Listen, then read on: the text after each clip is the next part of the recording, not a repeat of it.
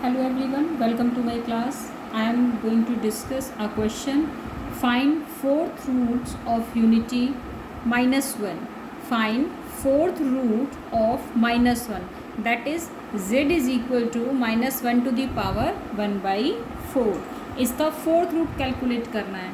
तो इसका मतलब है x to the power 4 is equal to minus 1. x to the power 4 क्यों लिखा?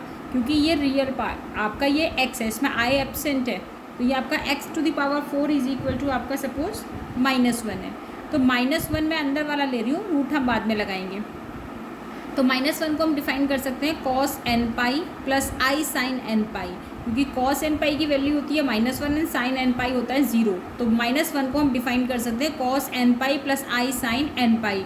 अब अगर माइनस 1 की पावर आप 1/4 कैलकुलेट हमें ये करना है, 1/4 करते हैं तो इसकी पावर भी कितना हो जाएगा 1/4 i sin n pi to the power 1/4 where n is odd integer.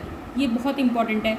N अगर इवन होता तो ये 1 हो जाता, एन ऑड है इसीलिए ये वैल्यू -1 है. तो -1 को आप कॉस एन पाई लिख सकते हैं where n is odd integer. Even पर ये +1 हो जाएगा. तो अगर क्वेश्चन +1 के लिए आता है तो आप डिफाइन करेंगे एन इज़ इवन.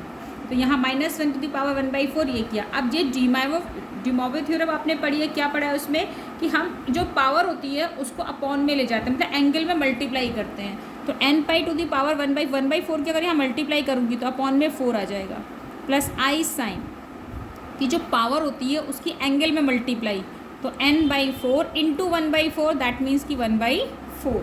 तो ये आपका ऐसे कन्वर्ट होगा. अब इसमें n आपको मैंने बताया कि ऑड इंटीजर है, इसका मतलब n की वैल्यू 1 हो सकती है, 3 हो सकती है, 5 हो सकती है. इस तरह से ये वैल्यूज़ की ऑल्टरनेट चलेंगी और n is equal to odd values चलेंगी आपकी. तो अगर हम n को 1 लेकर चलते हैं, तो अगर मैं n को 1 पुट करूँ इस इक्वेशन में तो ये आपका आ जाएगा cos π/4 प्लस i sin π/4.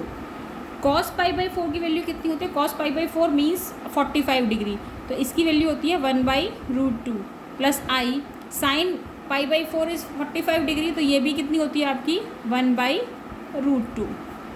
तो ये आ जाएगा आपका 1 plus i upon iota upon √2. तो 1 plus iota upon √2 when n is equal to 1. अब हम सेकंड केस लेकर चलते हैं कि n हमारा क्या है 3 है. भाई n की 2 वैल्यू आप लेके चल रहे हो, 3 भी हो सकती हैं, 5, 7, मतलब ऑड वैल्यूज आपको लेके चलनी है. तो n इज़ इक्वल टू अगर हम 3 पुट करते हैं तो ये आ जाएगा आपका कॉस n की वैल्यू 3 पुट करेंगे इस इक्वेशन में. तो n की जगह 3 पुट करोगे तो कितना आएगा 3π/4 प्लस आयोटा साइन 3π/4. अब cos 3π/4 की वैल्यू कितनी होती है? cos 3π/4 इज -1/√2 प्लस आयोटा, और साइन 3π/4 की वैल्यू होती है आपकी 1/√2. तो ये आ जाएगा आपका आयोटा -1/√2. तो फोर्थ रूट ऑफ यूनिटी में अगर आपने n को 1 लिया तो 1 plus iota upon √2, n is 3, then iota -1/√2.